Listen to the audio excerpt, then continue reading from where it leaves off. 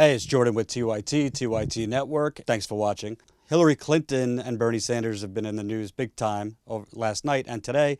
A Greenpeace activist pretty much got in Secretary Clinton's face over her fossil fuel oil industry donations over the years, and Hillary Clinton got in her face as well, basically shouting, I'm so tired of the Sanders campaign lying about my donations, this or that. But here's the facts on Hillary Clinton and her donations from the fossil fuel and oil industry. When Hillary Clinton says, I'm not receiving money from fossil fuel or energy companies, that might be true. But she also has a lot of individuals who currently or formerly worked for fossil fuel companies who are bundling for her, meaning they're hosting fundraisers, they're raising millions of dollars for them. From Greenpeace, they've reported there are the direct contributions from people working for fossil fuel companies to Clinton's campaign committee.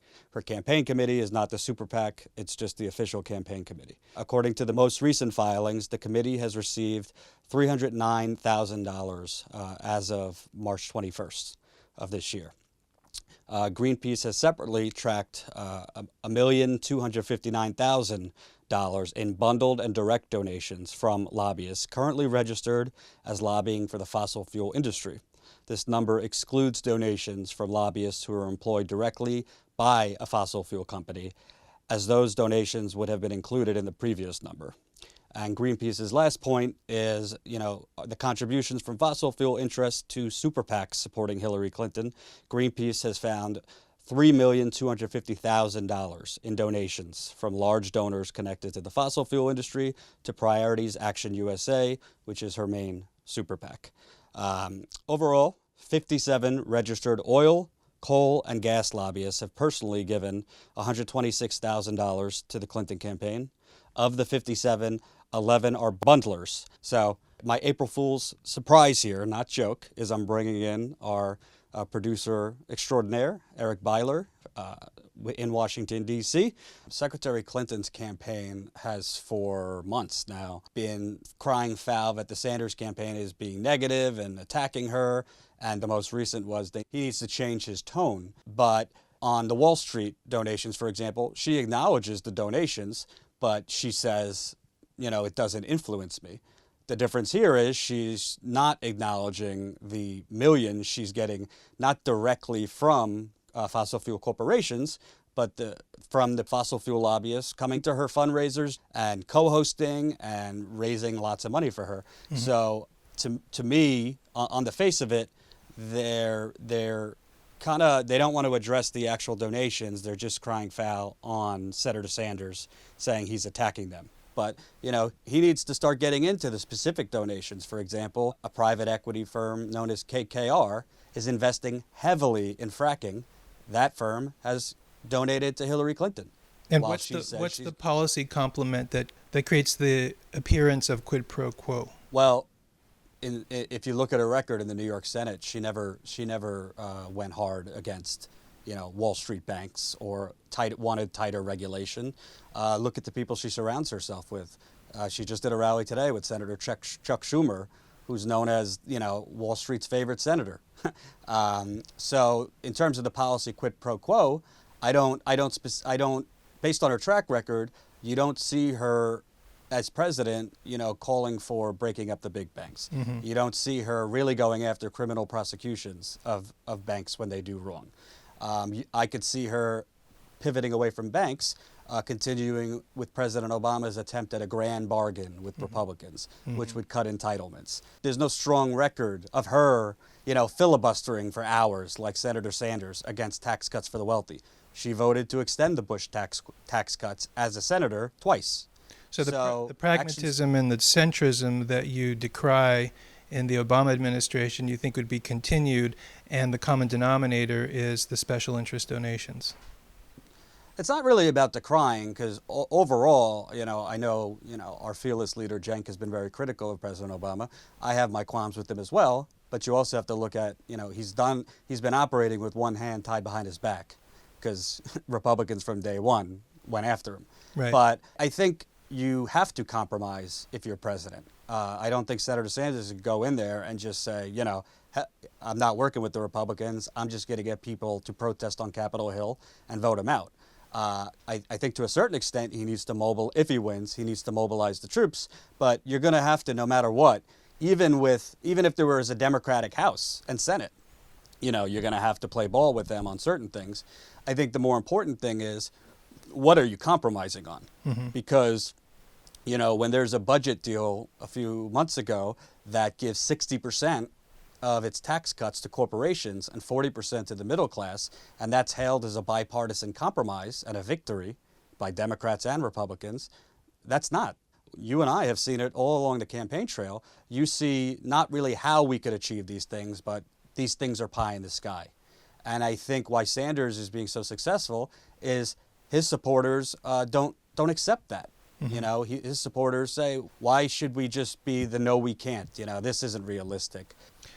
Well, the way I see it is that Hillary Clinton and Barack Obama, and in fact every politician that we've ever seen, other than some of these insurgent candidates like a Donald Trump, like a Bernie Sanders, like Ross Perot, they've always been part of the system where it's only really possible to run a campaign with lots of money. Who has lots of money? The special interests, oil companies, Wall Street, military industrial complex. They have the money, they donate, and then the policy ends up reflecting the source of the funds. And what the Bernie revolution is rejecting is not necessarily just Hillary Clinton and not just Hillary Clinton and Barack Obama, but every politician that has come before Bernie Sanders. I think really what's being rejected is less so the fact that she's so chummy with these places. It's the fact that she's trying to portray herself as something very different. Republicans, for example, they're not even approached really about their donations because it's just a known fact. It's a known fact that Republican politicians, presidential candidates are, Republican is the party of business, and Republicans are heavily funded by corporations and the wealthy. So it's a shameful fact, but it's not something that's really challenged because it's just, we've known this in our politics. I think why Clinton is facing problems is that she's trying to she's pivoted very much to the left and Bernie Sanders' way of thinking in terms of her policy proposals, but also I'm a progressive that gets things done.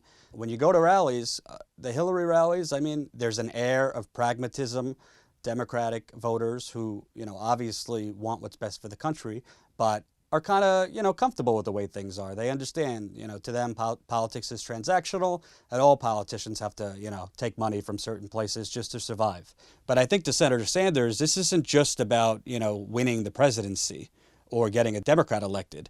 Senator Sanders sees what's going on as a crisis in terms of income inequality, this and that. Now, let's also be honest. If Senator Sanders won the nomination, it's not like more about his record is going to come out. Republicans are going to go after him on a lot of things.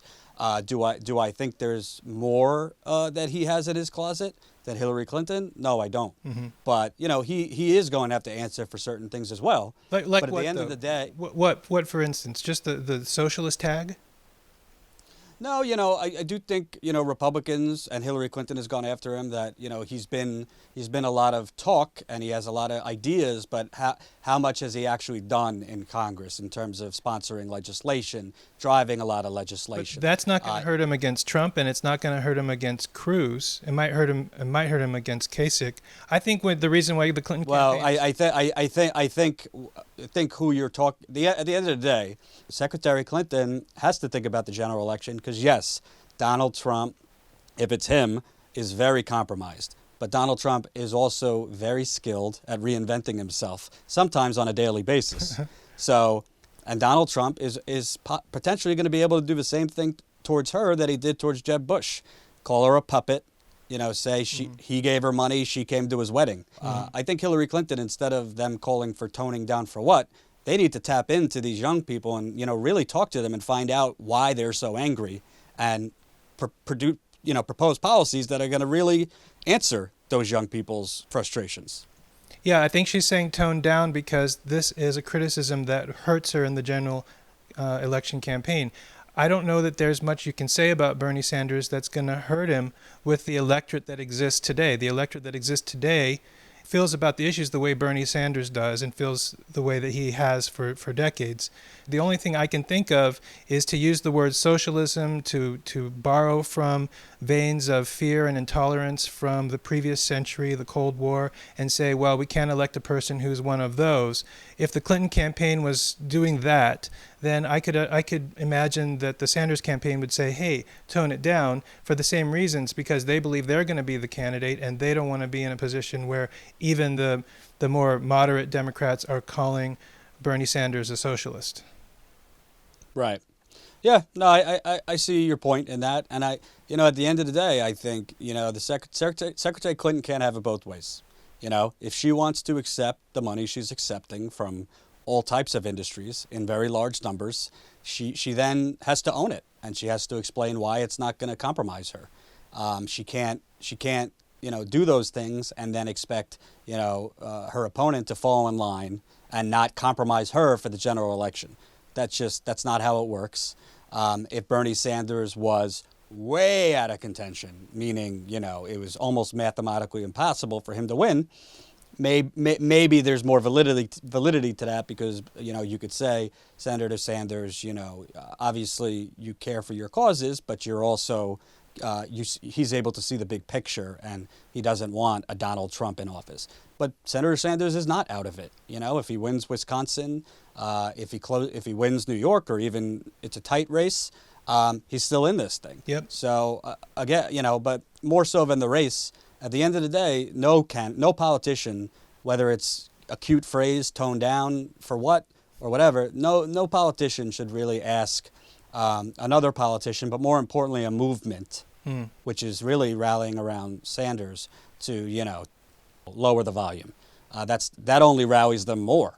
Right. It's like human nature. If you tell someone not to do something, it makes them want to do something, do it even more. So tell everyone where we're going to be focusing our attention. They know we're going to Wisconsin, but we have several campaigns that we have to choose between. Which ones are you looking at going to? And let's ask our audience if they want to weigh in on that. Well, there's always a logistic, just dropping the veil a little for the audience. There's also always logistical concerns. We don't exactly have CNN's budget over here. So, for example, we're flying into Milwaukee on Sunday, so we're going to go to Bernie Sanders' rally, which is in Madison, Wisconsin, about an hour and a half away. To me, the main things to watch are Bernie's rallies and Donald Trump's rallies, and I'll tell you why. I think when you have a movement like this, visually and for storytelling purposes, that's where the story is, so you want to be there. I personally dig Donald Trump rallies rather than Ted Cruz rallies, because there's also a movement on the Donald Trump side. It's just a very different movement. And there's, maybe a misguided notion, but there's a lot of middle-class anger at Donald Trump rallies. So at Ted Cruz rallies, you see a little bit more of the traditional hardcore conservative, very, social culture warriors, we'd call them. So it's nothing really new that you're seeing at Ted Cruz rallies. Right. But to me, if you only have 3 days, we're going to hit Bernie, we're going to hit Donald Trump, and a lot of times we just kind of organically find some other interesting things and people to talk to. Well, at the previous states that we've covered, on election night, we've had to make a choice. We could only really be at the quote-unquote victory rally. It didn't always turn out to be a victory rally, but we could only be at the party for one candidate. So we know we're going to cover Bernie on Sunday, Trump on Monday. Where are we going to be Tuesday? What do you think? Gosh, I don't know. Geez. What does your heart tell you, Eric? Well, okay. It's uplifting to be at the Bernie rallies. That's what the Rosario Dawson footage demonstrates. It's fun. Going to a Trump rally, I always feel depressed. I feel like, my gosh, our country has created a consumer group that is willing to believe any conspiracy theory and repeat any lie as long as they don't have to admit that they're wrong. And I think that's a really dangerous way to go about civic engagement. So I would, for my sanity, I would say Bernie, but for my morbid curiosity, I would say Trump. If Trump loses Wisconsin, it definitely changes the race, but it doesn't fundamentally alter the race. He's still well ahead of Ted Cruz. and he has favorable territory coming up in New York, which he's way ahead of Ted Cruz. So to me, there's more of a domino effect if Bernie wins in Wisconsin than if Trump loses, and that's why I would say Bernie's rally. And also, I think I have a better shot of interviewing Bernie than Donald Trump. Right. I would have to get through a lot of Secret Service to get in front of Trump, And you might get mauled. and I might get mauled. Well, And I already have a sinus infection and a bad back, so I don't need any more injuries. But as they say, let's go get some beer and cheese and see what happens in Wisconsin. all right, cool. I'll see you there.